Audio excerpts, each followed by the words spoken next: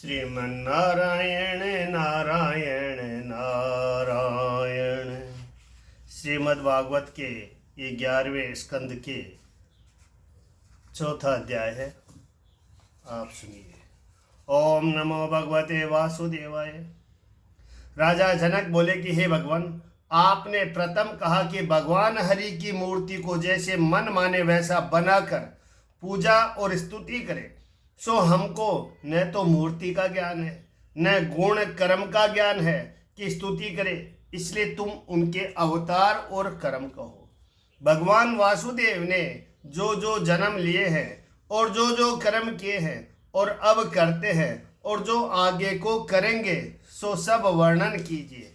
राजा जनक ने जब इस प्रकार पूछा तो द्रुमिल योगेश्वर बोले कि जो पुरुष अनंत रूप भगवान वासुदेव के चरित्र को गिनना चाहे वह अज्ञानी है, क्योंकि पृथ्वी के परमाणुओं को तो बहुत काल तक परिश्रम करके कोई बुद्धिमान गिन भी सकता है, परंतु अनंत शक्ति के आश्रय भगवान वासुदेव के गुणों को कोई नहीं गिन सकता।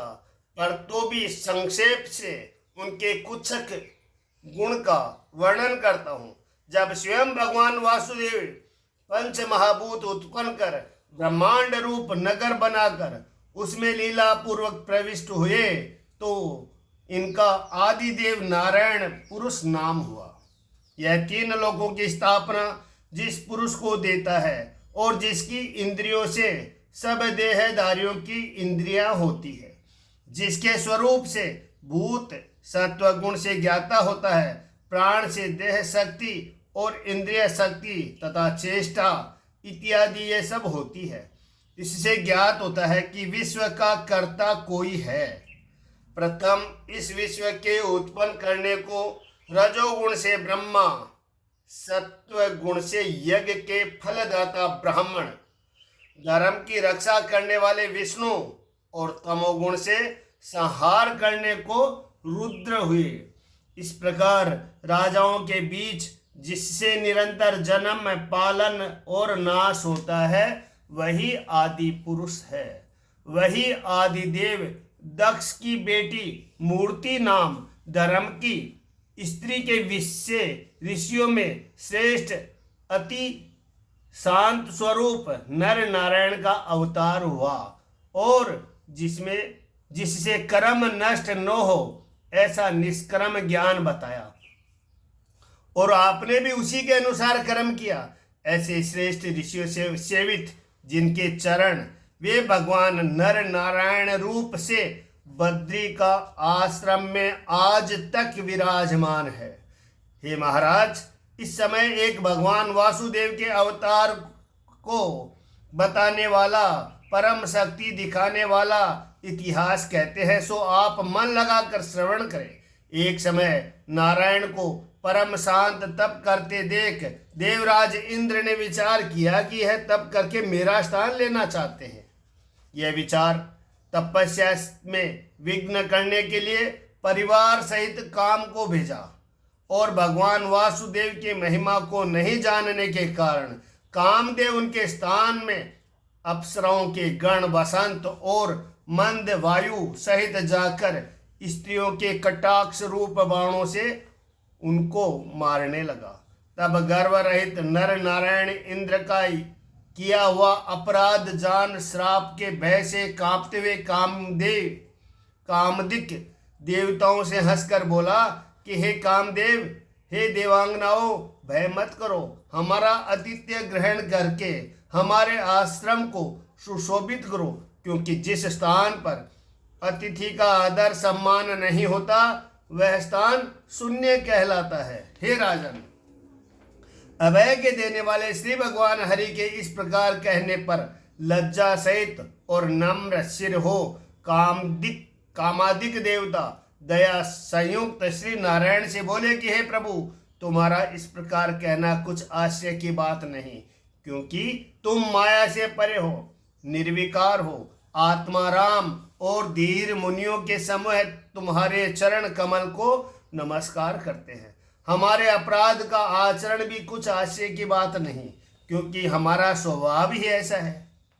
तुम्हारी सेवा करने वाले पुरुष देवताओं के स्थान को उल्लंघन कर आपके जो परम धाम बैकुंठ जाते हैं, उनको इंद्रियादिक देवता बहुत विघ्न करते हैं। तुम्हारी सेवा नहीं करने वाले दूसरे पुरुष जो यज्ञ में देवताओं को उनके भाग रूप कर देते हैं, उनको विघ्न नहीं करते, परंतु जिसके तुम रक्षक हो वह तुम्हारा भक्त निश्चय विघ्नों के माथे पर चरण धरकर तुम्हें प्राप्त हो जाता है। अभक्तों को काम क्रोधादिक सब वश में कर लेते हैं, उनमें जो हमारे वश होते हैं सो भोग भी करते हैं, और जो क्रोध के वश है वह तो अति मूर्ख है। सुधा, तृष्णा, सर्दी, गर्मी, वर्षा, पवन, जीभ का रस और शिश्न का रस ये रूप है। उनको लांग कर जो पुरुष निष्फल क्रोध से वशीभूत हो जाते हैं, वे अपार समुद्र के पार उतर कर गायों के खुर के गड्ढों में डूब जाते हैं। ये लोग श्राप आदि देकर अति कठिन तपस्या को वृथा छोड़ देते हैं, न तो मोक्ष के अर्थ न भोग के अर्थ। इस प्रकार भगवान वासुदेव ने कामादिक की स्तुति सुन अपने योग बल से उत्पन्न अद्भुत रूप वाली सेवा करती आभूषणों सहित सहस्त्रों स्त्रियां कामादिक को दिखाई। वह देवताओं के सेवक मूर्तिमान लक्ष्मी के समान उन स्त्रियों को देख उनकी गंध से मोहित हो उनके रूप गुण उदारता से उनकी शोभा दर्प सब जाता रहा। तब देवों से देव प्रभु भगवान वासुदेव हंसकर नम्र हुए कामादिक देवताओं से बोले कि इन स्त्रियों में से किसी को तुम वरो। यह सुनकर देवताओं ने कहा, हम तुच्छ है, कहाँ ऐसी स्त्रियां, कहाँ हम। तब नारायण बोले कि तुम्हारे समान जो हो उसे ग्रहण करो। तब कामादिक देवताओं ने फिर कहा कि हे महाराज, इनमें हमारे समान एक भी नहीं है। भगवान ने कहा, एक तो तुम लो, तुम्हारे स्वर्ण का भूषण होगी। तब कामादिक देवता भगवान नर नारायण की आज्ञा मान अप्सराओं में श्रेष्ठ उर्वशी को ले प्रभु को नमस्कार कर स्वर्ग को चले गए। स्वर्ग में जाकर देवराज इंद्र को प्रणाम कर सभा में सब देवताओं के सुनते नारायण का बल कहा। तब इंद्र अति आश्चर्यमान अत्यंत भय को प्राप्त हुआ। इन्हीं प्रभु ने हंसावतार लेकर संपूर्ण आत्मयोग कहा।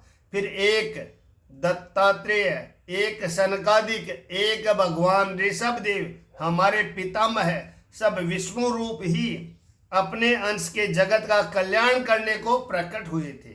और उन्हीं विष्णु ने एक समय हैग्रीव अवतार ले मधु दैत्य को मार वेदों का उद्धार किया था। एक समय प्रलय के समुद्र में मत्स्य रूप धारण कर मनु पृथ्वी और औषधियों की रक्षा की थी। वाराह अवतार ले हिरण्याक्ष को मार जल में पृथ्वी का उद्धार किया। कुर्मा अवतार ले अमृत मथने को अपनी पीठ पर मंद्राचल पर्वत धारण किया। इसके उपरांत दुखित होकर शरण आए हुए गजेंद्र को ग्रह से छुड़ाया।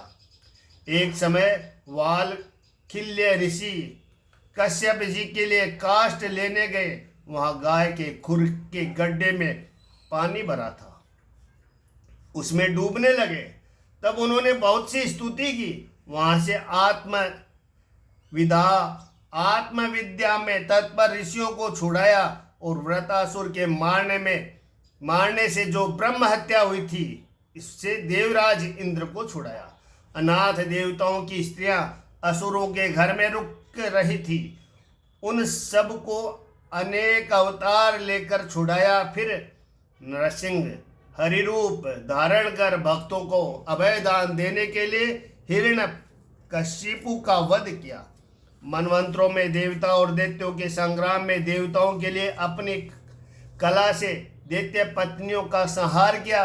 संपूर्ण लोकों की रक्षा और वामन रूप धरकर राजा बलि ने भीख के मिस इस पृथ्वी को लेकर देवताओं को दे दी। परशुराम अवतार ले 21 बार पृथ्वी को क्षत्रिय रहित किया। हेय कुल के नाशक भृगुवंश में अग्नि रूप प्रकट हुए।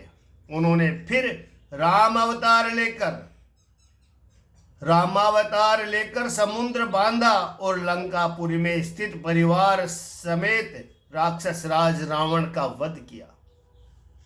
जिनकी कीर्ति संसार के पाप को नाश करती है, वे ही रघुनाथ जी अब विद्यमान है। भूमि का भार उतारने के लिए अजन्मा आप यादव कुल में जन्म ले, जो देवताओं से भी न किए जाए ऐसे काम करेंगे। पीछे जो यज्ञादिक करने के योग दैत्यों को बोध रूप धर मोहित करेंगे। इसके उपरांत कलयुग के अंत में कलिक अवतार लेकर शूद्र जाति के राजाओं को मारेंगे। हे महाराज, इस प्रकार महाभुज जगतपति भगवान वासुदेव के जन्म और कर्म अनंत है। मैंने तो संक्षेप में वर्णन किया है। इति श्रीमद्भागवते महापुराणे एकादश स्कंद भाषा टीकाया वासुदेव नारायण संवाद जायन्ते योगाभ्याख्यान विदेह प्रसन्न चतुर्थोध्याय चौथा अध्याय समाप्त। श्रीमन्नारायण नारायण नारायण। श्री कृष्ण गोविंद हरे मुरारी। हे मनाथ नारायण वासुदेवा।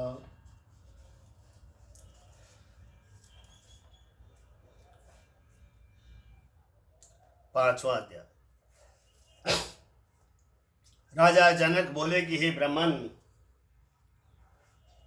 जिनकी कामना नहीं छूटी वह पुरुष बहुधा भगवान वासुदेव को भजन नहीं करते, उनकी क्या गति होगी?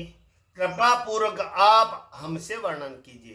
तब 8वें चमस ऋषि ने उत्तर दिया कि हे राजन, पहले परम पुरुष के मुख द्वारा सत्व गुण से ब्राह्मण उत्पन्न हुए, भुजाओं से सत्व, रज से क्षत्रिय हुए, उरु द्वारा रजोगुण, तमोगुण से वैश्य हुए और चरण द्वारा केवल तमोगुण से शूद्र हुए और आश्रम सहित भिन्न भिन्न वर्णन उत्पन्न हुए।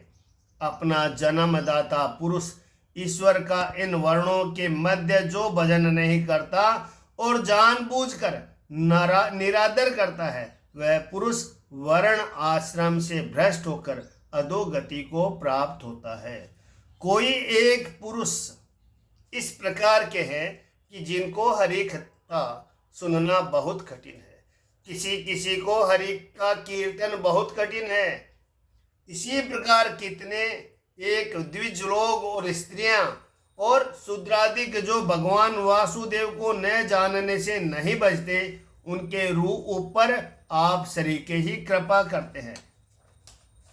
यद्यपि ब्राह्मण, क्षत्रिय, वैश्य, यगो पवित्र रूप दूसरे जन्म से और वेदाध्ययन से हरि भजन के उत्तम अधिकारी है, परंतु तो भी वेद की फल स्तुति के वचनों में मोहित होकर जानने पर भी भगवान वासुदेव का भजन नहीं करते और कर्मों में आसक्त हो रहे हैं। उन आर्दग्ध लोगों को सुधारने का कोई उपाय न होने से आप सरीके पुरुषों को उनकी उपेक्षा करनी चाहिए। कर्म करने में अकुशल मूर्ख, अपने को पंडित मानने वाले अनम्र ऐसी मनोहर बातें कहते हैं जिनमें मोह उत्पन्न हो। वह यह है कि यज्ञादिकों का फल अक्षय होगा।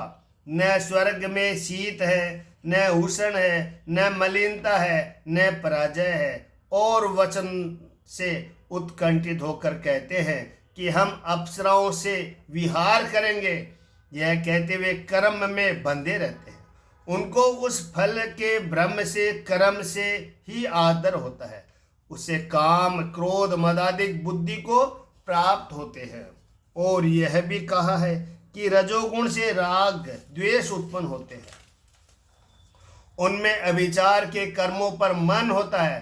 तब वे घोर संकल्पी, महातृष्णा वाले, सर्प के समान क्रोधी, महाभिमानी, दुष्ट स्वभाव, अधजले लोग नारायण के भक्तों को हंसते हैं। जो सदा स्त्रियों की ही सेवा करते हैं, वृद्धों की सेवा नहीं करते, केवल मैथुन में ही सुख मानने वाले, अतिथि की पूजा रहित घरों में रहकर मन के मनोरथ वाले लोग कहा करते हैं कि आज मैंने यह पाया, यह मनोरथ फिर प्राप्त करूंगा और जो कदाचित किसी देवता की पूजा करे तो उनके अपने स्वार्थ के लिए पशु की हिंसा करते हैं। न कुछ विधि, न दक्षिणा, न अन्नदान करे ऐसे मूर्ख है जो हिंसा दोष को नहीं जानते। धन, ऐश्वर्य, कुल, विद्या, दान, रूप, बल और कर्मों से उनको गर्व उत्पन्न होता है। इससे मंद बुद्धि दुष्ट ईश्वर सहित साधु परमेश्वर के भक्तों का निरादर करते हैं। वे दुष्ट पुरुष वेद के अर्थ को नहीं जानते। वेद कहते हैं कि यद्यपि सब देहधारियों में यह आत्मा सदा आकाश की भांति व्यापक रहा है और अपने प्रिय ईश्वर को फिर वेद प्रकट बताते हैं, परंतु तो भी यह मूर्ख नहीं जानते, अपने मनोरथों की ही बातों में वाद विवाद करते हैं। यहाँ पूर्व पक्ष कहते हैं कि स्त्री संभोग तो कहा है कि रजस्वला होने पर मिथुन करे, देवताओं के बचे हुए मांसादिक भोजन करे, फिर तुम क्यों निंदा करते हो? इसके उत्तर में कहते हैं कि लोक में स्त्री प्रसंग, मांस भक्षण और मदिरा का सेवन नित्य है और विषयासक्तों को अनुराग स्वभाव से ही प्राप्त है। फिर कुछ विधि नहीं, बस यह विधि चाहिए। और जहाँ विधि कही है वहाँ ऋतुकाल के दिन स्त्री संग करे, यज्ञ में भी मांस मद ग्रहण करे और दिन न करे, इस नियम से करे, परंतु दिन का निषेध किया है। ऐसी विषय मूर्ख लोग नहीं समझते जो कामी अरुचि से अथवा द्वेष से स्त्री प्रसंगादिक करते हैं, उनका यह नियम है, और जिनकी यह कामना नहीं उनका नियम नहीं। वेद का अभिप्राय तो सब दिन छुड़ाने का ही है, उसे मूर्ख नहीं समझते। यह एक दृष्टांत आता है कि वास्तव में उसका तात्पर्य यह है कि जैसे किसी का लड़का खेल में अत्यंत मतवाला हो और वेश्या के घर दिन रात पड़ा रहता हो और पढ़ने में उसकी रुचि न हो, तो उसके पिता को कहना चाहिए कि तू प्रातःकाल उठकर तो वेश्या के घर जाया कर, फिर 1 घंटा भर खेला कर, और जो तू प्रातःकाल वेश्या के घर नहीं गया और 1 घंटा भर न खेला तो मैं तुझको बहुत मारूंगा, क्योंकि इन दोनों कर्मों से 2 घंटे में निश्चय होकर फिर अपना चित्त नहीं कहीं इधर उधर मत भटकाना, और जो फिर भटकावेगा तो पीटेगा। यह वाक्य निवृत्ति का निरूपण करता है। इस प्रकार वेद भी निवृत्ति निरूपण करता है, प्रवृत्ति का निरूपण नहीं करता। जो मनुष्य समीप आने पर भी ऋतु स्नान भार्या से प्रसंग न करे तो गर्भ हत्या जो महापाप होता है उस मनुष्य को लगता है। अनेक श्रुतियों के वचन तो यह है कि मन में कामना होने पर भी स्त्री के विषय अरुचि अथवा द्वेषादिक होने से उसके साथ प्रसंग न करे, ऐसे जानना। आगे, धर्म करना ही धन का फल है, क्योंकि धर्मानुष्ठ करने से परोक्ष नहीं दिखने वाला ज्ञान और तत्काल शांतिदायक अपरोक्ष ज्ञान दोनों प्राप्त हो जाते हैं। ऐसे सुखदायक धन को यह पुरुष देहादिक के लिए घरों में वृथा खो देते हैं, न तो इसका विचार करते हैं, न सिर पर घूमती हुई मृत्यु को देखते हैं, और वेद का तात्पर्य नहीं जानते कि ऋतु के दिन भी स्त्री प्रसंग गर्भाधान को ही कहा है। कुछ यथेष्ट काम भोग को नहीं कहा, सुरापान भी नहीं कहा, अज्ञान कहा है, पशु की हिंसा देवता के लिए करे, अपने भोजन के लिए नहीं कहा। ऐसे शुद्ध धर्म को विषय की आसक्ति से न करे, इस बात को यह मूर्ख नहीं जानते। जो इस धर्म को नहीं जानते वे असाधु एवं अनम्र है, परंतु अपने को साधु करके मान लेते हैं। जो विश्वास से पशुओं का वध करते हैं और कहते हैं कि इसमें मनोरथ सिद्ध होगा, उनके लिए ऐसा कहा है कि इस जन्म में उसका मांस यह खाते हैं, अगले जन्म में वह इनका मांस भक्षण करेगा। अतः इसका नाम मांस है। मृतक समान अपने और पुत्रादिकों में स्नेह से बद्ध हो पराये ही देहों में विद्यमान अपने आत्मा ईश्वर हरि से जो पुरुष द्वेष करते हैं, वे मरने के पीछे नरक में पड़ते हैं। जो यज्ञ है वे ज्ञानी पुरुषों की कृपा से संसार सागर को तर जाते हैं, और जो मध्यवर्ती है वे नरक में गिरते हैं। अधिक क्या कहे, जो जो तत्व ज्ञान को प्राप्त नहीं हुए, मूढ़ता को ही प्राप्त हुए, अपने स्वार्थ के लिए धर्म अर्थ कामादिक करते हैं, वे पुरुष बारंबार जन्म मरण को प्राप्त होते हैं। जो पुरुष आत्मघाती व अशांत है, अज्ञान को ही ज्ञान मानते हैं और कृत्य नहीं हुए, वे काल से नष्ट मनोरथ को दुखी ही पाते हैं। और जो पुरुष भगवान वासुदेव से विमुख है, वे अति श्रम से ग्रह पुत्र मित्र धन संपूर्ण वस्तु को प्राप्त होकर इच्छा न रहने पर भी नीच योनि अंधतम में पड़ते हैं। राजा जनक बोले कि हे ब्राह्मण, आपने जो सब त्याग कर केवल भगवान नारायण की भक्ति करने को कहा, सो यह भगवान किस समय में, कैसे वर्ण में, कैसी आकृति में, कौन से नाम से और किस विधि से लोकों में पूजे जाते हैं, सो मुझे भली भांति समझाकर आप कहिए। तब कर भाजन ऋषिश्वर 9वें प्रश्न का उत्तर देते हैं कि हे राजन, सतयुग, त्रेता, द्वापर और कलयुग, इन 4 युगों में नाना वर्ण नाम आकार युक्त भगवान केशव अनेक विधि से पूजे जाते हैं। सतयुग में शुक्ल वर्ण, चतुर्भुज, जटा धारण किए, वल्कल वस्त्र पहने, काले मृग का चरम, यगो पवित्र रुद्राक्ष दंड कमंडलू धरे ब्रह्मचारी के रूप में दर्शन देते हैं।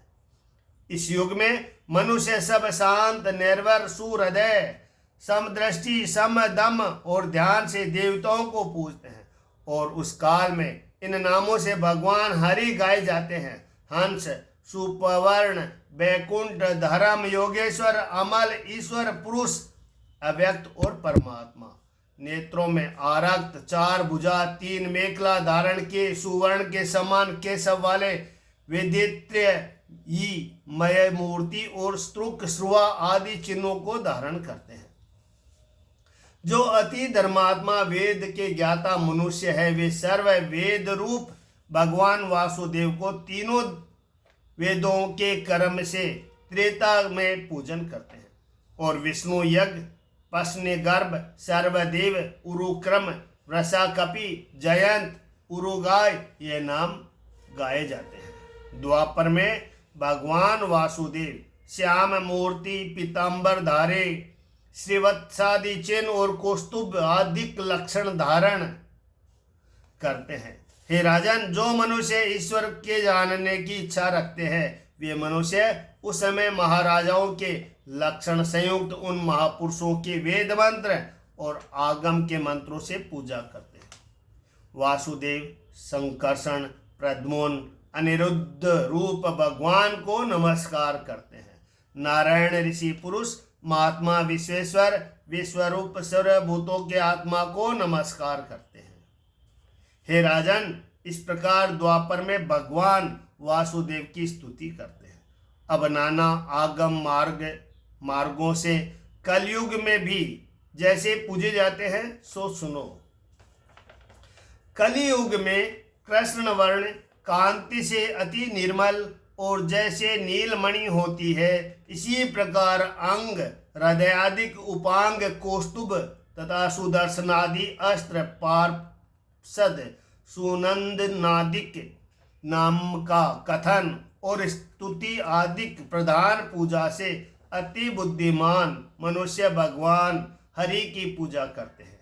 इसके उपरांत स्तुति करते हैं, हे प्राणियों के रक्षक, हे महापुरुष, तुम्हारे चरण बिंदों को नमस्कार है। जो चरण बिंद सदा ध्यान करने के योग्य है, इंद्रिय कुटुंब के संग से अनिष्ट को दूर करते हैं, मन के अभिलाषा पूर्ण करते हैं, गंगादिक तीर्थों के स्नान भूत हे शिव ब्रह्मादिक से स्तुति किए हुए हैं, और जो दीन होकर शरण जाता है उसके रक्षक है।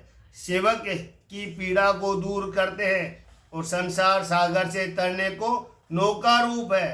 हे धर्मात्मन, हे श्री रामचंद्र जी, आप जो देवताओं से भी न त्यागी जाए, देवता जिसकी अभिलाषा में ही रहते हैं, ऐसी राज्य लक्ष्मी पिता की आज्ञा से छोड़कर धर्म की रक्षा करने के लिए वन को चले गए और प्रिय सीता के प्रेम तथा वचन से माया मृग के पीछे दौड़े। उन भक्ति प्रिय आपके चरण बिंदों को हम प्रणाम करते हैं, हम प्रणाम करते हैं। जय बोलो पुरुषोत्तम श्री राम की जय। हे राजा जनक, इस प्रकार चारों ही युग में नाम रूप भेद से उस युग के मनुष्यों से कल्याण के देने वाले हरि भगवान पूजे जाते हैं, और चारों युगों के कलयुग श्रेष्ठ है, क्योंकि जो श्रेष्ठ गुणज्ञ सारग्राही है वे कलयुग की स्तुति करते हैं, और युगों में ध्यान यज्ञ पूजा आदि से जो फल होता है सो सब स्वार्थ कलयुग में भगवान के भजन कीर्तन मात्र से ही प्राप्त हो जाते हैं। यह प्राणी देह के अभिमान से संसार में भ्रमण करते हैं, उनको संसार में शांति और लाभ नहीं है। हे राजन, सतयुगादि की प्रजा कलयुगों में जन्म पावे ऐसी इच्छा करते हैं। इस कारण निश्चय ज्ञात होता है कि कलयुग में सब जीव नारायण परायण होंगे। हे महाराज, कहीं कहीं महाराष्ट्र देश में भी भक्त होंगे और द्रविड़ देश में भी बहुत होंगे, जहाँ ताम्रपर्ण नदी कृतमाला और पैसुनी है। ये मनुजेश्वर कावेरी आदि परम पवित्र नदियाँ हैं जो उनका जलपान करते हैं। वे मनुष्य निर्मल चित्त होकर श्री भगवान वासुदेव के बहुधा भक्त होते हैं। जो मनुष्य सर्वदा भेद छोड़कर केवल शरणदाता मुकुंद भगवान के शरण जाते हैं, उन पर देवता ऋषि भूत कुटुंबी मनुष्य और पितरों का ऋण नहीं रहता। हे राजन, जो सर्वत्र एक हरि को ही देखते हैं, उनके लिए पंच यज्ञादिकों के करने को भी प्रबल विधि नहीं है। यहाँ यह संदेह राजा जनक ने किया कि हे महाराज, जो कि सब कर्म छोड़कर केवल भजन करे तो कर्म छोड़ने का पाप लगेगा। इसका समाधान यह है कि जो सब देवादिकों को छोड़कर एक हरि के चरण बिंदु का भजन करते हैं, उनको विकर्म सर्वदा नहीं होते। जो कदाचित प्रमाद से हो तो उसके हृदय में भगवान हरि बैठ जाते हैं। यह यमादिकों के भी अनियता है और उनके भी सब कर्म नाश करते हैं। इससे भगवान को भक्त ही प्यारे हैं। इन 9 योगेश्वरों का संवाद कहकर श्री नारद जी बोले कि हे वसुदेव, इस प्रकार भगवत धर्म सुन संतुष्ट होकर राजा जनक ने अपने गुरुओं सहित जयंती पुत्र योगेश्वरों की पूजा की। इसके उपरांत वह योगेश्वर संपूर्ण मुनि सिद्धि लोग को देखते देखते अंतर ध्यान हो गए और राजा जनक भी उन्हीं धर्मों के करने से परम गति को प्राप्त हुए। नारद जी बोले कि हे महाभाग वासुदेव, तुम भी यह वैष्णव धर्म करो। इन धर्मों में श्रद्धा करने से निसंग परम मंगल को प्राप्त होंगे। यह तो मैंने शास्त्रादिकों की रीति से सब तुमसे कहा, परंतु हे वासुदेव जी, तुम तो बिना ही शास्त्र से क्रम यथार्थ हो। तुम दोनों स्त्री पुरुष परम भागवत हो। तुम्हारे यश से सब जगत पूर्ण हो रहा है, क्योंकि तुम्हारे यहाँ स्वयं भगवान ईश्वर ने आकर अवतार लिया है। तुमको और लोगों के समान भ्रांति, सर्व कर्म, समर्पण आदि वैष्णव धर्मों से चित्त शुद्ध करना नहीं पड़ेगा, क्योंकि दर्शन, आलिंगन, आलाप, शयन, आसन, भोजन से, श्री कृष्ण के पुत्र स्नेह करने से तुम्हारा भगवान ईश्वर आत्मा पवित्र हो गया है। शिशुपाल, पौंड्रिक, दासाल्व आदि राजा शेष आसन आदि में जिसका वैर से भी ध्यान कर भगवान श्री कृष्ण चंद्र की गति, चितवन आदि से तदाकार हुई बुद्धि से सारूप्य मुक्ति को प्राप्त हो गए। तो जो पुरुष स्नेह में इनमें चित्त रखते हैं, ये सारूप्य गति को प्राप्त हो, तो इसमें आश्रय ही क्या है। अहो, जो पुत्र स्नेह मुक्ति का कारण है, तो सब ही मुक्ति होने चाहिए। तो कहते हैं कि हे वासुदेव जी, तुम इन पर पुत्र बुद्धि मत रखो, यह तो सर्वात्मा ईश्वर है। माया से मनुष्य कार दिखाई देते हैं, अलौकिक ऐश्वर्य इनको गुप्त है। यह श्री कृष्ण चंद्र अविनाशी परम पुरुष है। यह पृथ्वी का भार रूप राजाओं के मारने और साधु पुरुषों की रक्षा करने को तथा मोक्ष देने को अवतार लेकर लोगों में यश विस्तार करते हैं। श्री सुखदेव जी बोले कि भरतवंश, सातवंश राजा परीक्षित, यह सुन महाभाग वासुदेव देवकी के अत्यंत आश्रय को प्राप्त हो अपने आप को मोह स्नेह छोड़ दिया। यह इतिहास अति पुण्यजनक है। जो पुरुष नियम से इस मन में धारण करते हैं, इसी देह में मोह दूर कर ब्रह्म भाव को प्राप्त होते हैं। श्रीमद् भागवत महापुराणे एकादश स्कंदे भाषा टीकाया वासुदेव नारद संवादे जायन्ते यज्ञ मनम नाम पंचमो अध्याय, 5वां अध्याय समाप्त। श्रीमन्नारायण नारायण नारायण, श्री कृष्ण गोविंद हरे मुरारी, हे नाथ नारायण वासुदेवा।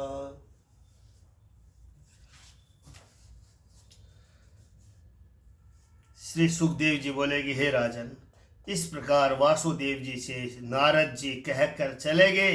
इसके उपरांत द्वारका में ब्रह्म, सनकादिक और संपूर्ण देवता मिलकर आए।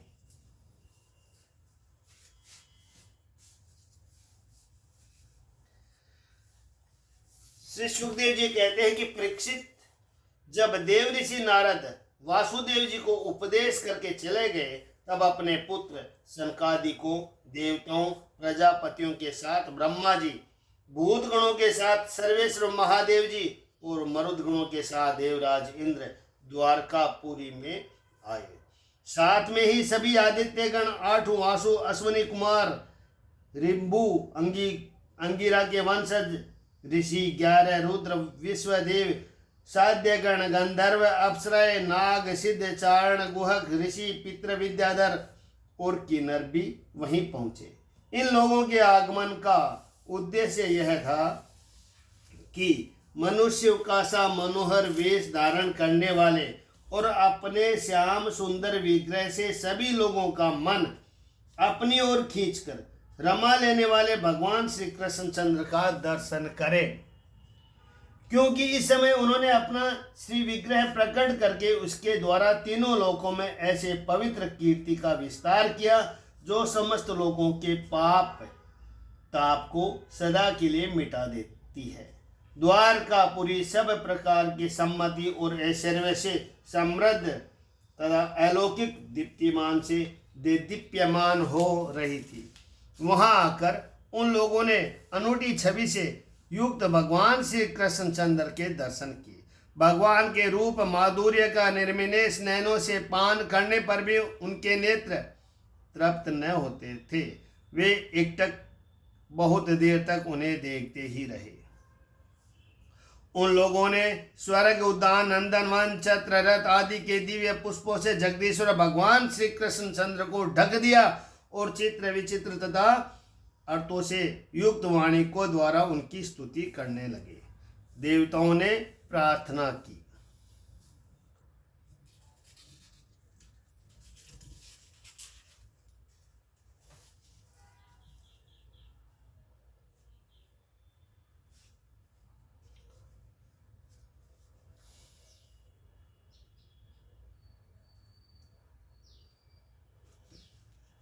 कि स्वामी कर्मों के विकट फंदों से छूटने की इच्छा वाले मुमुक्षुजन भक्ति भाव से अपने हृदय में जिसका चिंतन करते रहते हैं, आपके उसी चरण कमल को हम लोगों ने अपने बुद्धि, इंद्रिय, प्राण और मन और वाणी से साक्षात नमस्कार किया है। ओहो, आश्चर्य है।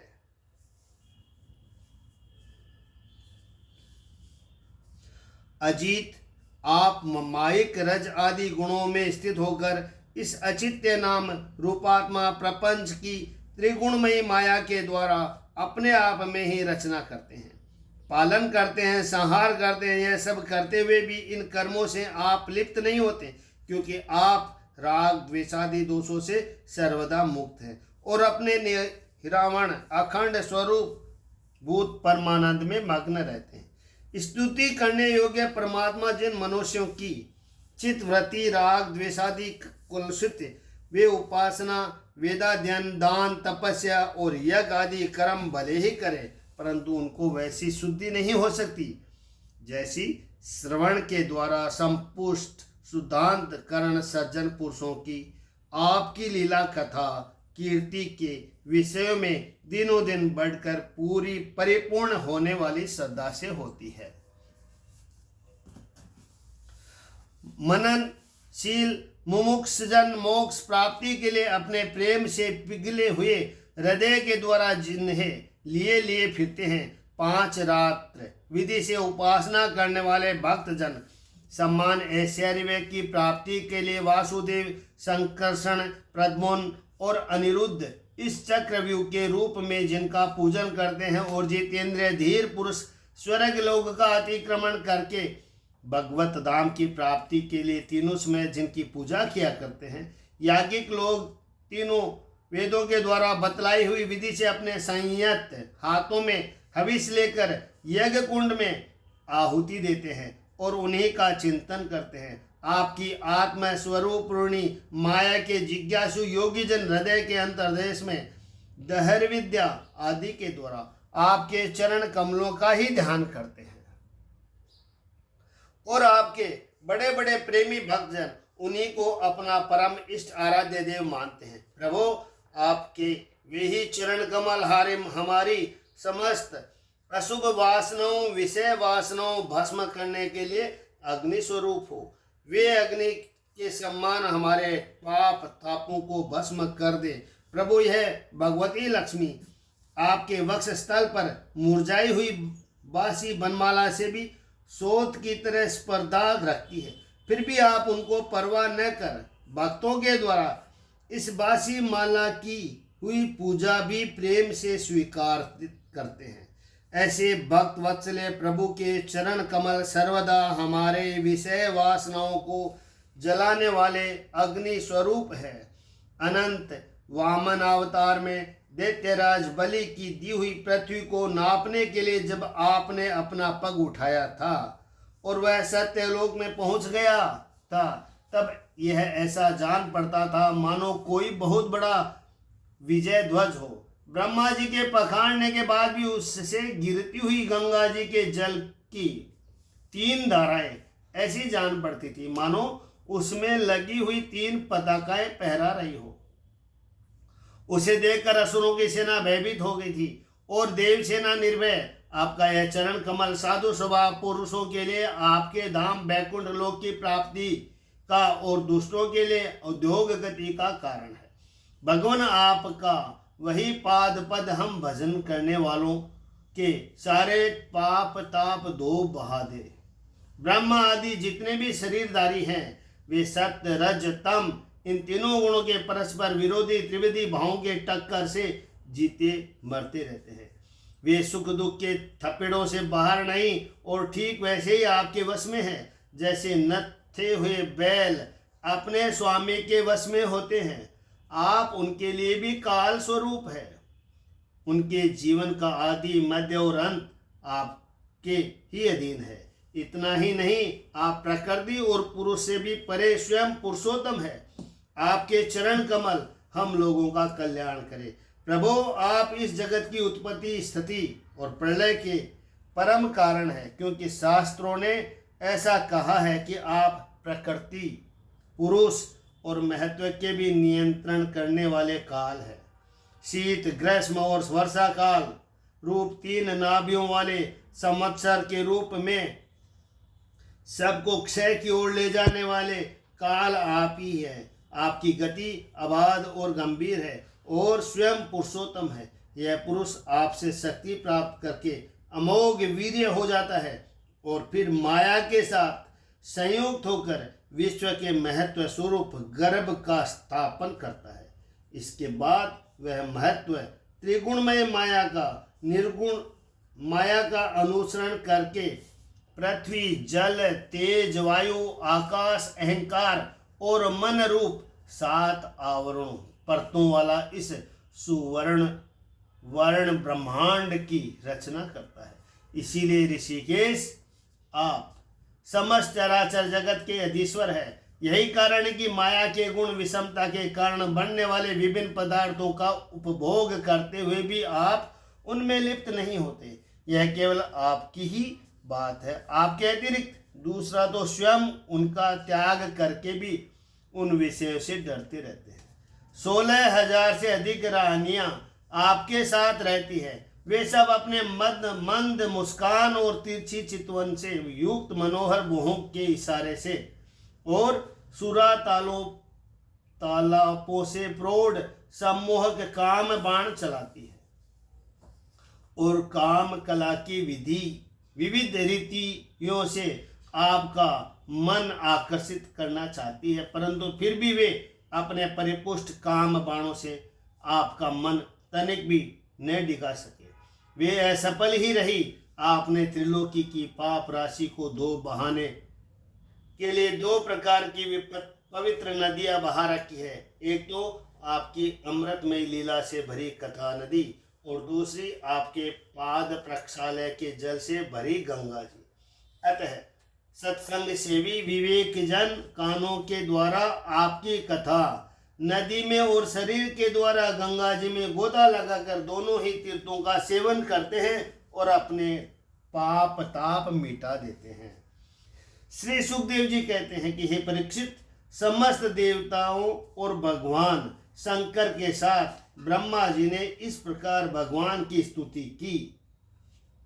इसके बाद वे प्रणाम करके अपने धाम में जाने के लिए आकाश में स्थित होकर भगवान से इस प्रकार कहने लगे। ब्रह्मा जी ने कहा, सर्वोत्तम प्रभु, पहले हम लोगों ने आपसे अवतार लेकर पृथ्वी का भार उतारने के लिए प्रार्थना की थी, सो वह काम आपने हमारी प्रार्थना के अनुसार ही यथोचित रूप से पूरा कर दिया। आपने सत्यपरायण साधु पुरुषों के कल्याणार्थ धर्म की स्थापना भी कर दी और 10 दिशाओं में ऐसी कीर्ति फैला दी जिसे सुन सुनाकर सब लोग अपने मन को मैल मिटा देते हैं। आपने सर्वोत्तम रूप धारण करके यदुवंश में अवतार लिया और जगत में हित के लिए उदारता और पराक्रम से भरी अनेकों लीलाएं की। प्रभु, कलयुग में जो साधु स्वभाव मनुष्य आपकी इन लीलाओं का श्रवण कीर्तन करेंगे, वे सुगमता से ही इस अज्ञान रूप अंधकार से पार हो जाएंगे। पुरुषोत्तम सर्वशक्तिमान प्रभु, आपको यदुवंश में अवतार ग्रहण किए 125 वर्ष बीत गए। सर्वाधार हम लोगों को ऐसा कोई काम बाकी नहीं जिसे पूर्ण करने के लिए आपके यहाँ रहने की आवश्यकता हो। ब्राह्मणों के श्राप के कारण आपका यह कुल भी एक प्रकार से नष्ट हो ही चुका है। इसीलिए वैकुंठनाथ, यदि आप उचित समझे तो अपने परम धाम में पधारिए और अपने सेवक हम लोकपालों को तथा हमारे लोगों को पालन पोषण कीजिए। भगवान श्री कृष्ण ने कहा, ब्रह्मा जी, आप जैसा कहते हैं मैं पहले से ही वैसा निश्चय कर चुका हूँ। मैंने आप लोगों का सब काम पूरा करके पृथ्वी का भार उतार दिया, परंतु अभी एक काम बाकी है। वह यह है कि यदुवंशी बल, विक्रम, वीरता, शूरता और धन संपत्ति से उन्मत्त हो रहे हैं। ये सारी पृथ्वी को ग्रस लेने पर तुले हुए हैं। इन्हें मैंने ठीक वैसे ही रोक रखा है जैसे समुद्र को उसकी तट की भूमि। यदि मैं घमंडी उच्छल यदुवंशियों का यह विशाल वंश नष्ट किए बिना ही चला जाऊंगा तो ये सब मर्यादा का उल्लंघन करके सारे लोगों का संहार कर डालेंगे। निष्पाप ब्रह्मा जी, अब ब्राह्मणों के श्राप से इस वंश का नाश प्रारंभ हो चुका है। इसका अंत हो जाने पर मैं आपके धाम को होकर जाऊंगा। श्री सुखदेव जी कहते हैं कि हे परीक्षित जी, जब अखिल लोक धाम अखिल लोकाधिपति भगवान श्री कृष्ण ने इस प्रकार कहा, तब ब्रह्मा जी ने उन्हें प्रणाम किया और देवताओं के साथ वे अपने धाम को चले गए। उनके जाते ही द्वारकापुरी में बड़े बड़े अपशकुन, बड़े बड़े उत्पात उठ खड़े हुए। उन्हें देखकर यदुवंश के बड़े बूढ़े भगवान श्री कृष्ण के पास आए। भगवान श्री कृष्ण ने उनसे यह बात कही। भगवान बोले कि हे गुरुजनों, आजकल द्वारका में जिधर देखेंगे उधर ही बड़े बड़े अपशकुन और उत्पात हो रहे हैं। आप लोग जानते ही हैं कि ब्राह्मणों ने हमारे वंश को ऐसा श्राप दे दिया जिसे टाल सकना बहुत ही कठिन है। मेरा ऐसा विचार है, यदि हम लोग अपने प्राणों की रक्षा चाहते हो तो हमें यहाँ नहीं रहना चाहिए। अब विलंब करने की आवश्यकता नहीं है। हम लोग आज ही परम पवित्र प्रभास क्षेत्र के लिए निकल पड़े। प्रभास क्षेत्र की महिमा बहुत प्रसिद्ध है। जिस समय दक्ष प्रजापति के श्राप से चंद्रमा को राजयक्षमा रोग ने ग्रस लिया था, उस समय उन्होंने प्रभास क्षेत्र में जाकर स्नान किया और वे तत्क्षण उस पापजन्य रोग से छूट गए। साथ ही उन कलाओं की अभिवृद्धि भी प्राप्त हो गई। हम लोग भी प्रभास क्षेत्र में चलकर स्नान करेंगे, देवता और पितरों का तर्पण करेंगे और साथ ही अनेक गुण वाले पकवान तैयार करके श्रेष्ठ ब्राह्मणों को भोजन कराएंगे। जय देवताओं महाराज की जय हो, पितरेश्वरों की जय हो, सभी ब्राह्मण देवताओं की जय हो। वहाँ हम लोग उन सत्पात्र ब्राह्मणों की वो पूरी श्रद्धा से बड़ी बड़ी दान दक्षिणा देंगे और इस प्रकार उनके द्वारा अपने अपने बड़े बड़े संकटों को वैसे ही पार कर जाएंगे जैसे कोई जहाज के द्वारा समुद्र पार कर जाएंगे। जिस किसी भाई को दक्षिणा देने की इच्छा है, मैं जो ये श्रीमद् भागवत पढ़ रहा हूँ उसके लिए तो इसी मोबाइल पर भेज सकते हैं। भगवान कृष्ण ने कहा कि सत्पात्र ब्राह्मणों को पूरी श्रद्धा से बड़ी बड़ी दान दक्षिणा देंगे। सुखदेव जी कहते हैं कि कुल नंदन, जब भगवान श्री कृष्ण ने इस प्रकार आज्ञा दी तब यदुवंशियों ने एक मत से प्रभास जाने का निश्चय कर लिया और सब अपने अपने रथ सजाने जोतने लगे। परीक्षित, उद्धव जी भगवान श्री कृष्ण के बड़े प्रेमी और सेवक थे। उन्होंने जब यदुवंशियों के यात्रा की तैयारी करते देखा, भगवान की आज्ञा सुनी और अत्यंत घोर अपशकुन देखे, तब वे जगत के एकमात्र अधिपति भगवान श्री कृष्ण के पास एकांत में गए। उनके चरणों पर अपना सिर रखकर प्रणाम किया और हाथ जोड़कर उनसे प्रार्थना करने लगे। उद्धव जी ने कहा कि योगेश्वर, आप देवादि देवों के भी अधीश्वर है। आपकी लीलाओं के श्रवण कीर्तन से जीव पवित्र हो जाते हैं। आप सर्वशक्तिमान परमेश्वर हैं।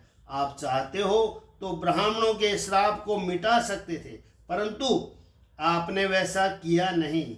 इससे मैं यह समझ गया कि आप यदुवंश का संहार करके इसे समेटकर अवश्य ही इस लोक का परित्याग कर देंगे।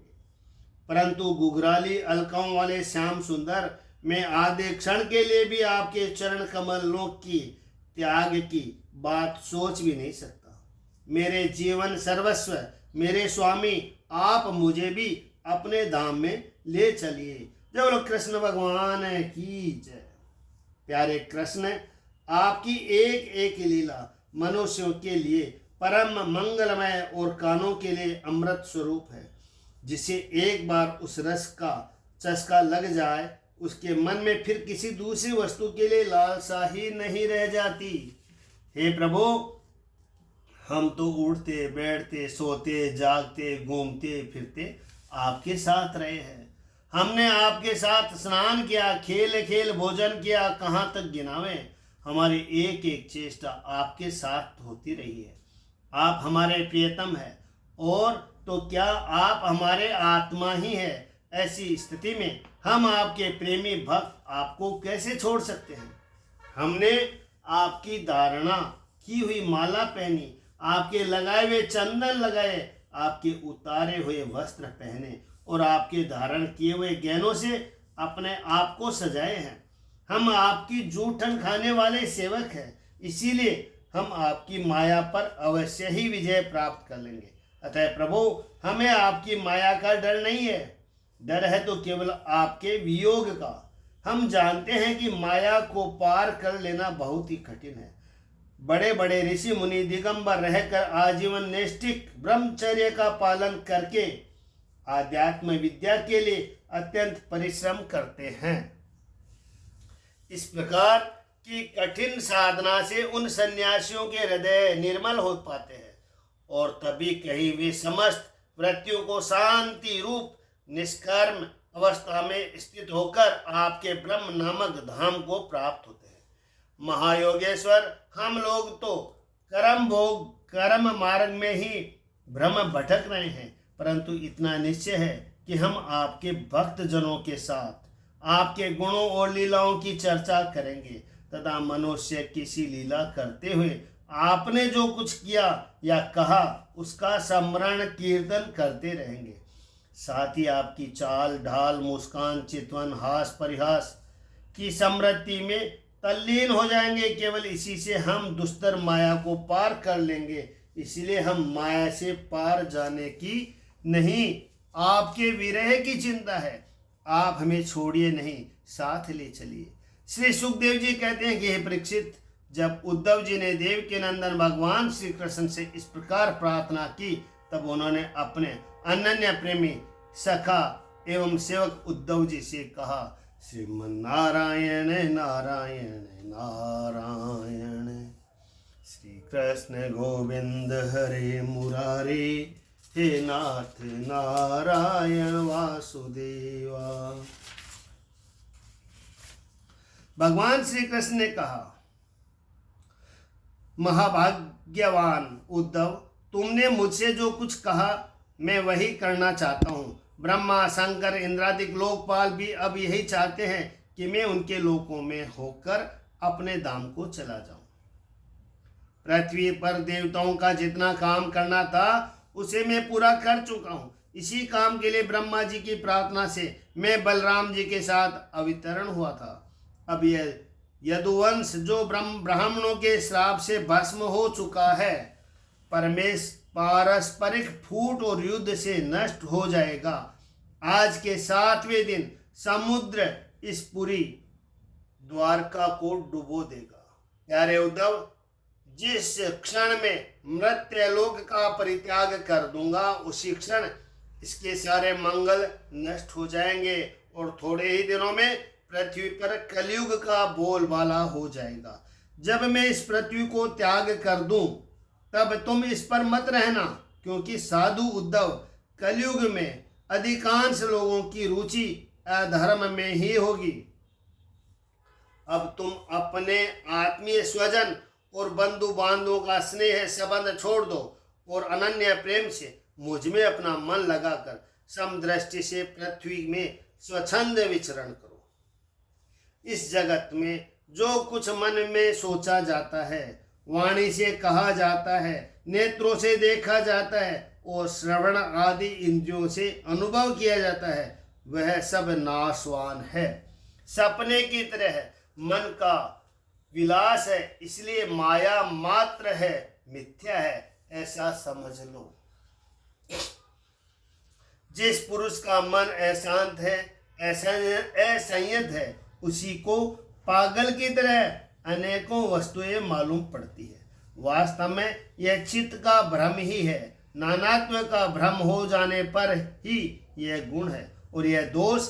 इस प्रकार की कल्पना करनी पड़ती है। जिसकी बुद्धि में गुण और दोष का भेद बैठ गया है, दृढ़ मूल हो गया है, उसी के लिए कर्म अकर्म विकर्म रूप भेद का प्रतिपादन हुआ है। इसीलिए हे उद्धव, तुम पहले अपने समस्त इंद्रियों को अपने वश में कर लो, उनकी बागडोर अपने हाथ में ले लो और केवल इंद्रियों को ही नहीं, चित्त की समस्त वृत्तियों को भी रोक लो। फिर ऐसा अनुभव करो कि यह सारा जगत अपने आत्मा में ही फैला हुआ है और आत्मा मुझ सर्वात्मा इंद्रियातीत ब्रह्म से एक है, अभिन्न है। जब वेदों के मुख्य तात्पर्य निश्चय रूप ज्ञान और अनुभव रूप विज्ञान से भली भांति संपन्न होकर तुम अपने आत्मा के अनुभव में ही आनंद मग्न रहोगे और संपूर्ण देवतादि शरीरधारी के आत्मा हो जाओगे।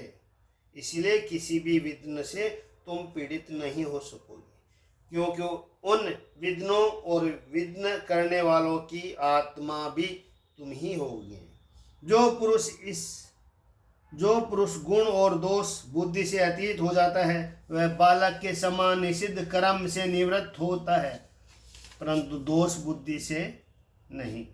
वह विहित कर्म का अनुष्ठान भी करता है, परंतु गुण बुद्धि से नहीं। जिसने श्रुतियों का तात्पर्य का यथार्थ ज्ञान ही भी नहीं प्राप्त कर लिया, बल्कि उनका साक्षात्कार भी कर लिया और इस प्रकार जो अटल निश्चय से संपन्न हो गया, वह समस्त प्राणियों का हितैषी सूर्योदय होता है। उनकी वृत्तियां सर्वदा शांत रहती है। वह समस्त प्रतीयमान विश्व को मेरे ही स्वरूप आत्मा स्वरूप देखता है।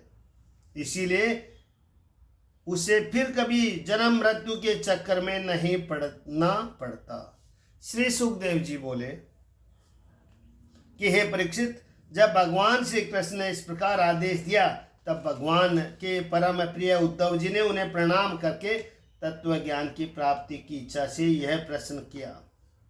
उद्धव जी ने कहा, भगवान, आप ही समस्त योगियों की गुप्त पूंजी, योगों के कारण और योगेश्वर है। आप ही समस्त योगों के आधार, उनके कारण और योग स्वरूप भी है। आपने मेरे परम कल्याण के लिए उस संन्यास रूप त्याग का उपदेश किया, परंतु अनंत जो लोग विषयों के चिंतन और सेवन से में घुल मिल गए हैं, विषयात्मा हो गए हैं, उनके लिए विषय भोग और कामनाओं का त्याग अत्यंत कठिन है। सर्वस्वरूप उनमें भी जो लोग आपसे विमुख है, उनके लिए तो इस प्रकार का त्याग सर्वदा असंभव ही है, ऐसा मेरा निश्चय है। प्रभो, मैं भी ऐसा ही हूँ। मेरी मति इतनी मूढ़ हो गई है कि यह मैं हूँ, यह मेरा है। इस भाव से मैं आपकी माया के खेल, देह और देह के संबंधी स्त्री, पुत्र, धन आदि में डूब रहा हूँ। अतः हे भगवान, आपने जिस संन्यास का उपदेश किया है, उसका तत्व मुझे सेवक को इस प्रकार समझाइए कि मैं सुगमता पूर्वक उसका साधना कर सकूं। मेरे प्रभु, आप भूत, भविष्य, वर्तमान इन तीनों कालों से सब अबाधित एक रस सत्य है। आप दूसरों के द्वारा प्रकाशित नहीं है, स्वयं प्रकाश आत्मा स्वरूप है। प्रभु, मैं समझता हूँ कि मेरे लिए आत्म तत्व का उपदेश करने वाला आपके अतिरिक्त देवताओं में भी कोई नहीं है। ब्रह्मा आदि जितने बड़े बड़े देवता हैं, वे सब शरीराभिमान होने के कारण आपकी माया से मोहित हो रहे हैं। उनकी बुद्धि माया के वश में हो गई है। यही कारण है कि वे इंद्रियों से भी अनुभव किए जाने वाले बाह्य विषयों का सत्य मानते हैं। इसीलिए मुझे तो आप ही उपदेश कीजिए। भगवान, इसी से चारों ओर से दुखों को दावाग्नि से जलकर और विरक्त होकर मैं आपकी शरणागत आया हूँ। आप निर्दोष, देश काल से अपरिच्छन्न, सर्वज्ञ, सर्वशक्तिमान और अविनाशी, वैकुंठ लोक के निवासी एवं नर के नित्य सखा नारायण है। अतः आप ही मुझे उपदेश कीजिए। श्री भगवान कृष्ण भगवान ने कहा कि उद्धव, संसार में जो मनुष्य यह जगत क्या है, इसमें क्या हो रहा है इत्यादि बातों का विचार करने में निपुण है। वे चित्त में भरी हुई अशुभ वासनाओं से अपने आप को स्वयं अपनी विवेक शक्ति से ही प्रायः बचा लेते हैं। समस्त प्राणियों का, विशेषकर मनुष्यों का आत्मा अपने हित और अहित का उपदेश गुरु है, क्योंकि मनुष्य अपने प्रत्यक्ष अनुभव और अनुमान के द्वारा अपने हित अहित का निर्णय करने में पूर्णतः समर्थ है। सांख्य योग विशारद धीर पुरुष इस मनुष्य योनि में इंद्रिय शक्ति, मन शक्ति आदि के आशयभूत मुझ आत्मा का पूर्णतः प्रकट रूप साक्षात्कार कर लेते हैं। मैंने एक पैर वाले, दो पैर वाले, तीन पैर वाले, चार पैर वाले, चार से अधिक पैर वाले और बिना पैर के इत्यादि अनेक प्रकार के शरीरों का निर्माण किया है। उनमें मुझे सबसे अधिक प्रिय मनुष्य का ही शरीर है। इस मनुष्य शरीर में एकाग्रचित, तीक्ष्ण बुद्धि, पुरुष बुद्धि आदि ग्रहण के लिए जाने वाले हेतुओं के से जिनसे कि अनुमान भी होता है, अनुमान से आग्रह अर्थात अहंकार आदि विषयों में भिन्न भिन्न मुझे सर्व प्रवर्तक ईश्वर को साक्षात अनुभव करते हैं।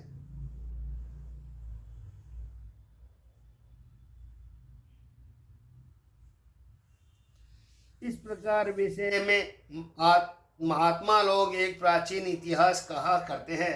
वह इतिहास परम तेजस्वी अवधूत दैत्याय और राजा यदु के संवाद के रूप में है। एक बार धर्म के मर्मज्ञ राजा यदु ने देखा कि एक त्रिकालदर्शी तरुण अवधूत ब्राह्मण निर्भय विचर रहे हैं। तब उन्होंने उनसे यह प्रश्न किया। राजा यदु ने पूछा, ब्राह्मण, आप कर्म तो करते नहीं, फिर आपको यह अत्यंत निपुण बुद्धि कहाँ से प्राप्त हुई, जिसका आश्रय लेकर आप परम विद्वान होने पर भी बालक के समान संसार में विचरते रहते हैं। ऐसा देखा जाता है कि मनुष्य आयु, यश और सौंदर्य, संपत्ति आदि की अभिलाषा लेकर ही धर्म, अर्थ, काम अथवा तत्व जिज्ञासा से में प्रवृत्त होते हैं। अकारण कहीं किसी की प्रवृत्ति नहीं देखी जाती। मैं देख रहा हूँ कि आप कर्म करने में समर्थ हैं, विद्वान है और निपुण है। आपका भाग्य और सौंदर्य भी प्रशंसनीय है। आपकी वाणी से तो मानो अमृत टपक रहा है, फिर भी आप जड़ उन्मत्त अथवा पिशाच के समान रहते हैं। न तो कुछ करते हैं और न चाहते ही हैं। संसार के अधिकांश लोग काम और लोभ के दावानल से जल रहे हैं, परंतु आपको देखकर ऐसा मालूम होता है कि आप मुक्त हैं। आप तक उसकी आंच भी नहीं पहुंच पाती। ठीक वैसे ही जैसे कोई हाथी वन में दिवागने लगने पर भी उसे छुटकर गंगा जल में खड़ा है।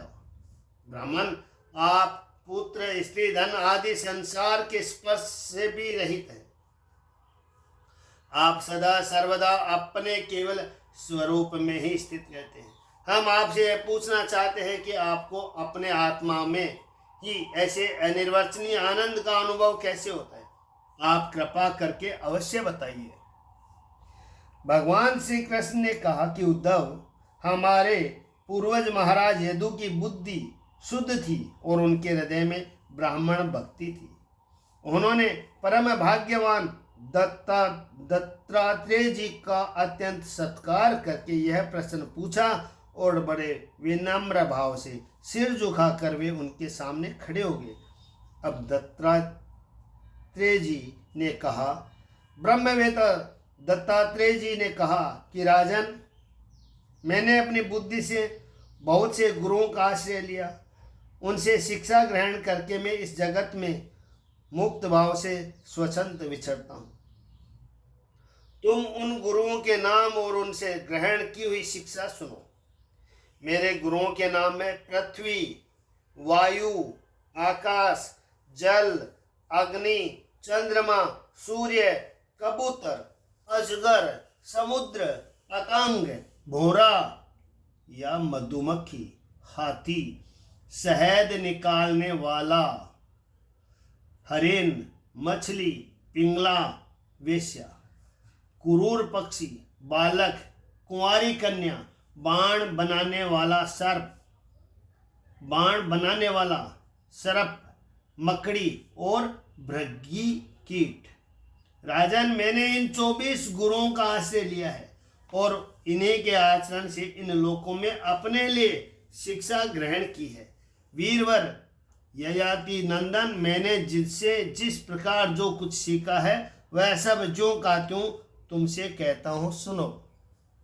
मैंने पृथ्वी से उसके धैर्य की, क्षमा की शिक्षा ली है।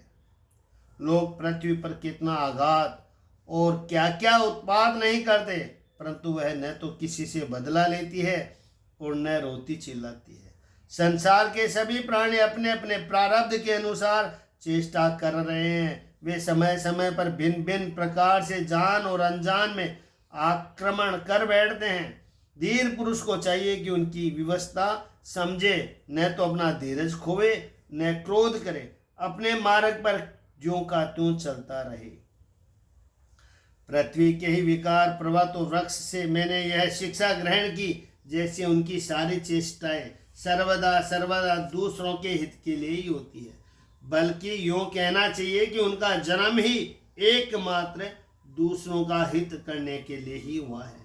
साधु पुरुष को चाहिए कि उनकी शिष्यता स्वीकार करके उनसे परोपकार की शिक्षा ग्रहण करे। मैंने शरीर के भीतर रहने वाले वायु, प्राण वायु से यह शिक्षा ग्रहण की है कि जैसे वह आहार मात्र की इच्छा रखता है और उसकी प्राप्ति से ही संतुष्ट हो जाता है, वैसे ही साधक को भी चाहिए कि जितने से जीवन निर्वाह हो जाए उतना भोजन कर ले। इंद्रियों को तृप्त करने के लिए बहुत से विषय न चाहे, संक्षेप में उतने ही विषयों का उपयोग करना चाहिए जिससे बुद्धि विकृत न हो, मन चंचल न हो और वाणी व्यर्थ की बातों में न लग जाए। शरीर के बाहर रहने वाले वायु से मैंने यह सीखा कि जैसे वायु को अनेक स्थानों में जाना पड़ता है, परंतु वह कहीं भी आसक्त नहीं होता, किसी का भी गुण दोष नहीं अपनाता, वैसे साधक पुरुष भी आवश्यकता होने पर विभिन्न प्रकार के धर्म और स्वभाव वाले विषयों में जाए, परंतु अपने लक्ष्य पर स्थिर रहे, किसी के गुण या दोष की ओर झुक न जाए, किसी से आसक्ति व्यादेश न कर बैठे। गंध वायु का गुण नहीं, पृथ्वी का गुण है, परंतु वायु को गंध का वहन करना पड़ता है। ऐसा करने पर भी वायु शुद्ध ही रहता है, गंध से उसका संपर्क नहीं होता। वैसे ही साधक का जब तक इस पार्थिव शरीर से संबंध है, तब तक उसे इसकी व्याधि, पीड़ा और भूख प्यास आदि का भी वहन करना पड़ता है, परंतु अपने को शरीर नहीं आत्मा के रूप में देखने वाला साधक शरीर और उसके गुणों का आश्रय होने पर भी उनसे सर्वदा निर्लिप्त रहता है। राजन, जितने भी घट मठ आदि पदार्थ है, वे चाहे चले हो या अचल, उनके कारण भिन्न भिन्न हो प्रतीत होने पर भी वास्तव में आकाश एक और अपरिच्छन अखंड ही है। वैसे ही चर अचर जितने भी सूक्ष्म स्थूल शरीर है, उनमें आत्मा रूप से सर्वत्र स्थित होने के कारण ब्रह्म सभी में है। साधक को चाहिए कि सूत के मनियों में व्यापक सूत के समान आत्मा को अखंड और असंग रूप से देखे। वह इतना विस्तृत है कि उसकी तुलना कुछ कुछ आकाश से ही की जा सकती है। इसीलिए साधक को आत्मा की आकाश रूपता की भावना करनी चाहिए। आग लगती है, पानी बरसता है, अन्न आदि पैदा होते हैं और नष्ट होते हैं, वायु की प्रेरणा से बादल आदि आते हैं और चले जाते हैं। यह सब होने पर भी आकाश अछूता रहता है। आकाश की दृष्टि से यह सब कुछ है ही नहीं। इस प्रकार भूत वर्तमान भविष्य की चक्कर में न जाने किन किन नाम रूपों की सृष्टि और प्रलय होते हैं, परंतु आत्मा के साथ उनका कोई संस्पर्श नहीं है। जिस प्रकार जल स्वभाव से स्वच्छ है, चिकना है, मधुर और पवित्र करने वाला होता है तथा गंगा आदि तीर्थों के दर्शन, स्पर्श और नामोच्चारण से भी लोग पवित्र हो जाते हैं। वैसे ही साधकों को भी स्वभाव से शुद्ध, स्निग्ध, मधुरभाषी और लोक पावर होना चाहिए। जल में शिक्षा ग्रहण करने वाला अपने दर्शन, स्पर्श और नामोच्चारण से लोगों का पवित्र कर देता है। राजन, मैंने अग्नि से यह शिक्षा ली है कि जैसे वह तेजस्वी और ज्योतिर्मय होती है, वैसे जैसे उसे कोई अपने तेज से दबा नहीं सकता। जैसे उसके पास संग्रह परिग्रह के लिए कोई पात्र नहीं, सब कुछ अपने पेट में रख लेती है, और जैसे सब कुछ खा पी लेने पर भी विभिन्न वस्तुओं के दोषों से वह लिप्त नहीं होती, वैसे ही साधक भी परम तेजस्वी तपस्या से देदीप्यमान इंद्रियों से अपराभूत भोजन मात्र का संग्रही और यथा योग्य सभी विषयों का उपभोग करता हुआ भी अपने मन और इंद्रियों को वश में रखे, किसी को दोष अपने में न आने दे। जैसे अग्नि कहीं लकड़ी आदि में प्रकट रहती है और कहीं प्रकट, वैसे ही साधक भी वही गुप्त रहे और कहीं प्रकट हो जाए। वह वही कहीं ऐसे रूप में भी प्रकट हो जाती है जिससे कल्याणकामी पुरुष उसकी उपासना कर सके। वह अग्नि के समान भी भिक्षा रूप हवन करने वालों के अतीत और भावी अशुभ के भस्म कर देता है तथा सर्वतः अन्न ग्रहण करता है। साधक पुरुष को इसका विचार करना चाहिए कि जैसे अग्नि लंबी चौड़ी टेढ़ी सीधी लकड़ियों में रहकर अन्न के उनके समान ही सीधी टेढ़ी या लंबी चौड़ी दिखाई पड़ती है, वास्तव में वह वैसी है नहीं। वैसे ही सर्वव्यापक आत्मा भी अपनी माया से रचे हुए कार्य कारण रूप जगत में व्याप्त होने के कारण उन वस्तुओं के नाम रूप से कोई संबंध न होने पर भी उनके रूप में प्रतीत होने लगता है। मैंने चंद्रमा से यह शिक्षा ग्रहण की है कि यद्यपि जिसकी गति नहीं जानी जा सकती, उस काल के प्रभाव से चंद्रमा की कलाएं घटती बढ़ती रहती है, तथापि चंद्रमा तो चंद्रमा ही है, वह न घटता है और न बढ़ता ही है।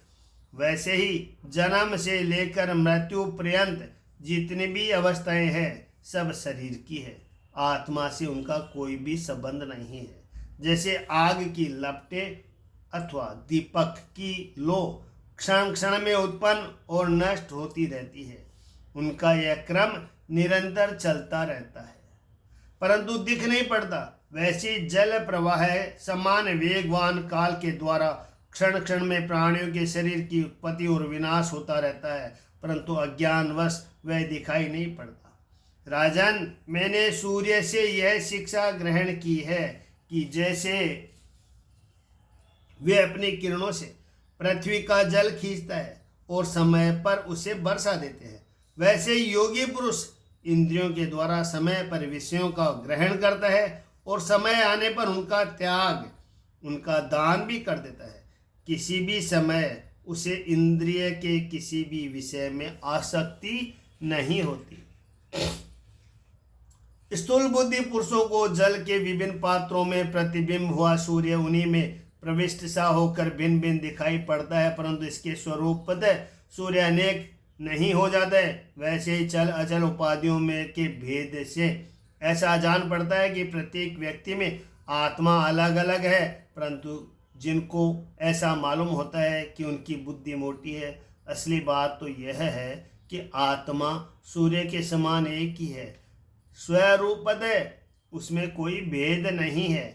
राजन, कहीं किसी के साथ अत्यंत स्नेह और आसक्ति न करनी चाहिए, अन्यथा उसकी बुद्धि अपना स्वतंत्रता खोकर दीन हो जाएगी और उसे कबूतर की तरह अत्यंत क्लेश उठाना पड़ेगा।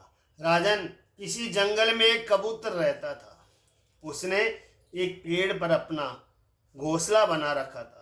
अपनी मादा कबूतरी के साथ वह कई वर्षों तक उसी घोंसले में रहा। उस कबूतर के जोड़े के हृदय में निरंतर एक दूसरे के प्रति स्नेह की वृद्धि होती जाती थी। वे गृहस्थ धर्म में इतने आसक्त हो गए थे कि उन्होंने एक दूसरे की दृष्टि अंग से अंग और बुद्धि से बुद्धि को बांध रखा था। उनका एक दूसरे पर इतना विश्वास हो गया कि वे निशंक होकर वहां की वृक्षावली में एक साथ सोते, बैठते, घूमते फिरते, ठहरते, बातचीत करते, खेलते और खाते पीते थे। राजन कबूतरी पर कबूतर का इतना प्रेम था कि वह जो कुछ चाहती कबूतर बड़े से बड़ा कष्ट उठाकर उसकी कामना पूर्ण करता। वह कबूतरी भी अपने कामुक पति की कामनाएं पूर्ण करती। समय आने पर कबूतरी को पहला गर्भ रहा। उसने अपने पति के पास ही घोंसले में अंडे दे दिए। भगवान की अचिंत्य शक्ति से समय आने पर वे अंडे फूट गए और उनमें से बच्चे निकल आए। उनका एक एक अंग और वह अत्यंत कोमल थे। अब उन कबूतर कबूतरी की आंखें अपने बच्चों पर लग गई। वे बड़े प्रेम और आनंद से अपने बच्चों को लालन पालन लाड प्यार करते और उनकी मीठी मीठी बोली, उनके गुटरगू सुन कर आनंद मग्न हो जाते। बच्चे तो सदा सर्वदा प्रसन्न रहते ही है। वे जब अपने सुकुमार पंखों से माँ बाप का स्पर्श करते, गूंजते, भोली भाली चेष्टाएं करते और फुदक फुदक कर अपने माँ बाप के पास दौड़े आते, तब कबूतर कबूतरी आनंद मग्न हो जाते। राजन, सच पूछो तो वे कबूतर कबूतरी भगवान की माया से मोहित हो रहे थे। उनका हृदय एक दूसरे के स्नेह बंधन से बंध रहा था। वे अपने नन्हे नन्हे बच्चों के पालन पोषण में इतने व्यग्र रहते हैं कि उन्हें दीन दुनिया लोक परलोक की याद ही नहीं आती। एक दिन दोनों नर मादा अपने बच्चों के लिए चारा लाने जंगल में गए हुए थे, क्योंकि अब उनका कुटुंब बहुत बढ़ गया था। वे चारे के लिए चीरकाल तक जंगल में चारों ओर विचरते रहे। इधर एक बहेलिया घूमता घूमता संयोगवश उसके घोंसले की ओर आ निकला। उसने देखा कि घोंसले के आसपास कबूतर के बच्चे फुदक रहे हैं। उसने जाल फैलाकर उन्हें पकड़ लिया। कबूतर कबूतरी बच्चों को खिलाने पिलाने के लिए हर समय उत्सुक रहा करते थे। अब वे चारा लेकर अपने घोंसले के पास आए। कबूतरी ने देखा कि उसके नन्हे नन्हे बच्चे उनके हृदय के टुकड़े जाल में फंसे हुए हैं और दुख से चें चें कर रहे हैं। उन्हें ऐसी स्थिति में देखकर कबूतरी के दुख की सीमा न रही। वह रोती चिल्लाती उसके पास दौड़ गई। भगवान की माया से उसका चित्त अत्यंत दीन दुखी हो रहा था। वह उमड़ते हुए स्नेह को रस्सी से जकड़ी हुई अपने बच्चों को जाल में फंसा देकर उसे अपना शरीर की भी शुद्ध बुद्ध न रही और स्वयं ही जाकर जाल में फंस गई। जब कबूतर ने देखा कि मेरे प्राणों से भी प्यारे बच्चे जाल में फंस गए और मेरी प्राण प्रिया पत्नी भी उसी दशा में पहुंच गई, तब वह अत्यंत दुखित होकर विलाप करने लगा। सचमुच उस समय उसकी दशा अत्यंत दयनीय थी। मैं अभागा हूँ, मैं दुर्मति हूँ, हाय हाय मेरा तो सत्यानाश हो गया। देखो देखो, न मुझे अभी तृप्ति हुई और न मेरी आशाएं ही पूरी हुई। जब तक मेरा धर्म अर्थ और काम का मूल्य है, गृहस्थ आश्रम ही नष्ट हो गया। हाय मेरी प्राण प्यारी मुझे भी अपना इष्ट देव समझती थी, मेरी एक एक बात मानती थी, फिर मेरे इशारे पर नाचती थी, सब तरह से मेरे योग्य थी। आज वह मुझे सुने घर में छोड़कर हमारे सीधे साधे निश्चल बच्चों के साथ स्वर्ग सिधार रही है।